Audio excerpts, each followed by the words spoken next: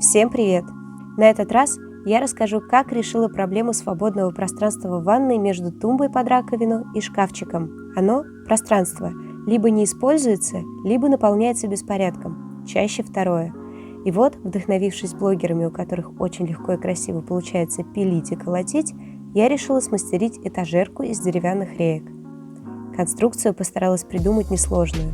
Собирать ее я буду из сосновых реек, квадратных 20 на 20 мм и плоских 19 на 5 мм. И те, и другие метр в длину. А еще мне понадобится 4 колеса, все неповоротные, так как в обязанности этажерки будет входить катание только вперед и назад. Из инструментов, которые пилят, у меня только ручная пила, стусла продавалась с ней в комплекте. Начала работу с основных 4 квадратных реек. Для того, чтобы они получились одинаковыми, пилила сразу 4. Для этого соединяла их бумажным скотчем у самого края и близко к месту распила. С помощью рулетки отметила нужное расстояние и начертила линию, по которой буду пилить. Потом отмерила длину коротких передне-задних соединительных перекладин, зафиксировала бумажным скотчем и со второго края. Начала отпиливать. Дело не быстрое и не такое легкое, как казалось, и остается много опилок. А так как я делаю это в квартире, рядом дежурит пылесос. Кстати, защитить стол тоже хорошая идея. Спил получается очень шершавым. Наждачной бумагой отшлифовала рейки и все равно осталась недовольной. У дерева, если хорошо приглядеться, много дефектов. Трещинки, сучки, сколы. Зашпатлевала все белой шпатлевкой по дереву. На этом этапе делания этажерки думала, что готовую ее просто покрашу белой краской.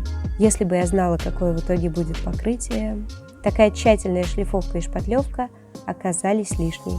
Отпилила 4 коротких передне-задних и 4 длинных боковых соединительных перекладин и проделала с ними все то же самое, что с 4 основными.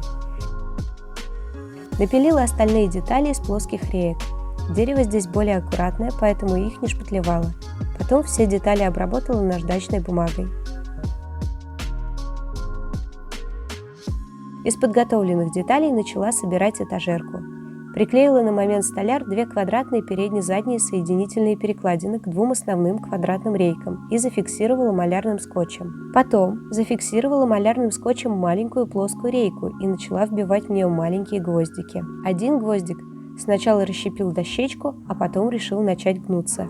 Пришлось вытащить с помощью плоскогубцев и взять новый. Второй гвоздь зашел без сюрпризов.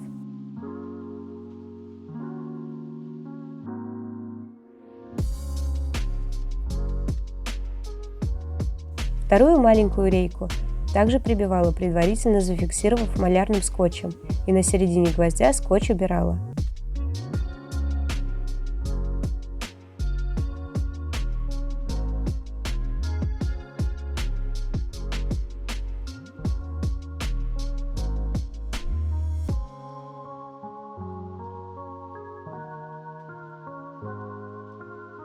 Затем сбоку зафиксировала квадратные рейки более длинными гвоздиками.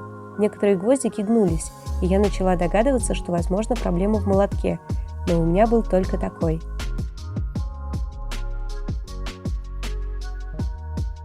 Все то же самое повторила со второй узкой частью этажерки и добавила на них по 2 плоские рейки. Расстояние между ними ширина ребра плоской рейки, то есть 5 мм.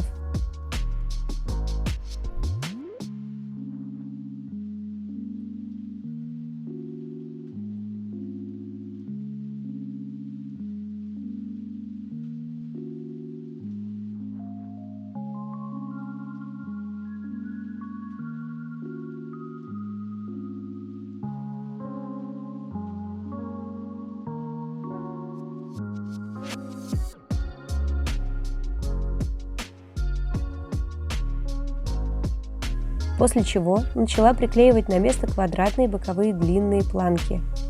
Приклеивала их на другой момент столяр. Мгновенная хватка. Он действительно быстрее склеивает. Опять же, для прочности фиксировала малярным скотчем и вбивала более длинные гвоздики.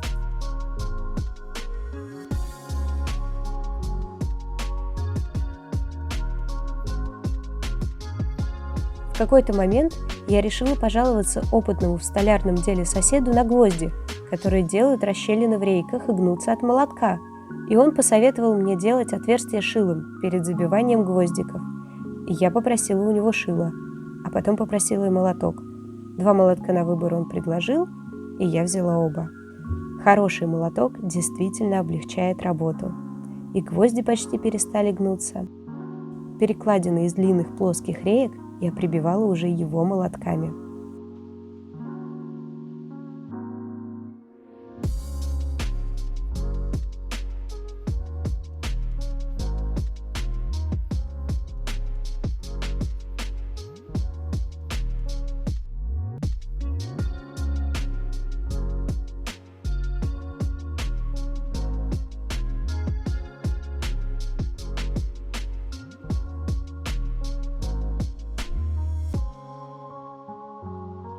Изначально было задумано, что будут прибиты рейки по бокам, как бортики, но я совсем не подумала, что они тоже имеют толщину, а этажерка и так узкая.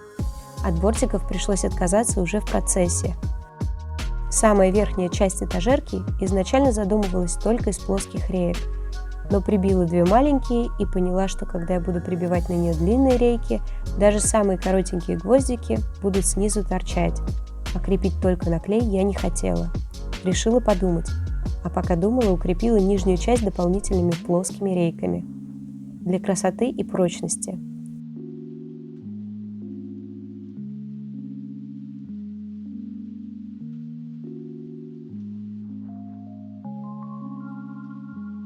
Вернулась к верхушке, прибила 2 крайние рейки, которые прибивались к 4 опорным.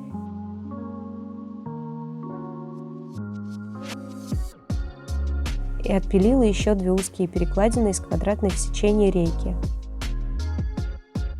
Приклеила их на место и прибила гвоздиками. Потом добавила рейки на переднюю и заднюю часть этажерки. Если вам кажется, что я иногда бью себя по пальцам, вам не кажется.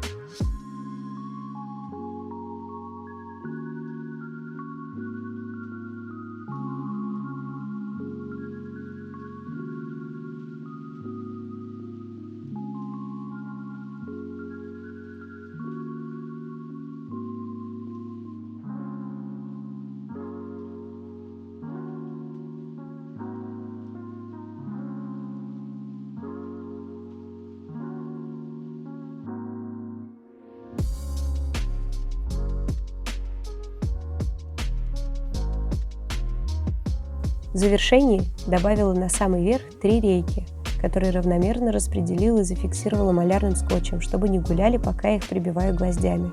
И вот, только начало получаться, а этажерка уже доделана. Осталось совсем чуть-чуть. Принимаюсь за шпатлевку.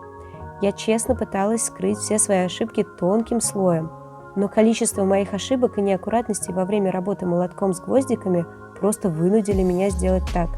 Я наносила толстый слой шпатлевки и с помощью пищевой пленки делала неровности закручивающими движениями.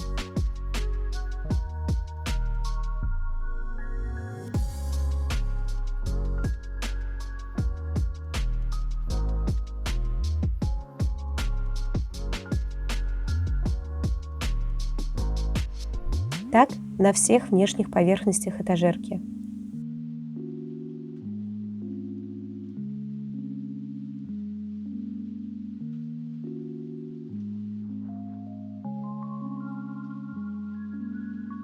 Когда шпатлевка высохла, наждачной губкой убрала все лишние неровности и традиционно покрыла ее акриловым грунтом глубокого проникновения. Дала грунтовке высохнуть и взяла белую акриловую матовую эмаль. Покрасила ей всю этажерку, это первый слой.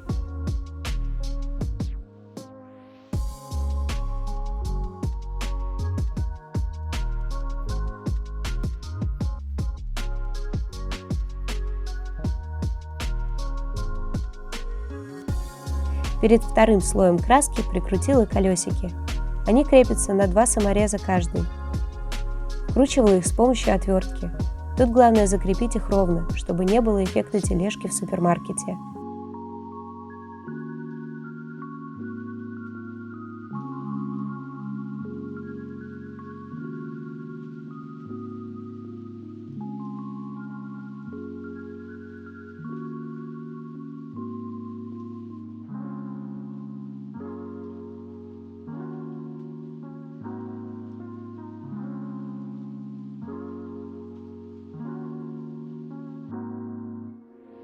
Для второго слоя в белую эмаль добавляю акриловую краску.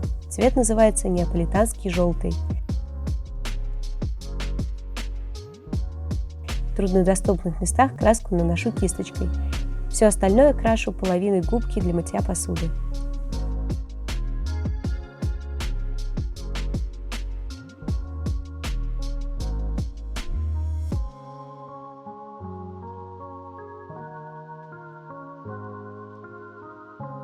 Когда краска высохла, она показалась мне неприлично оранжевой, и я покрыла ее в технике сухая губка слоем белой эмали.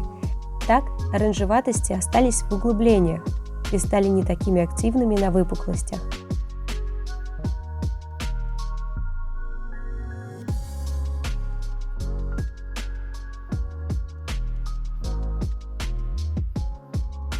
Когда последний слой краски высох, покрыла матовым акриловым лаком для наружных и внутренних работ.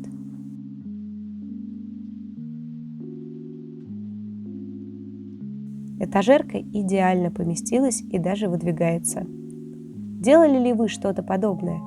Делитесь опытом в комментариях, ставьте лайки и подписывайтесь на мой канал.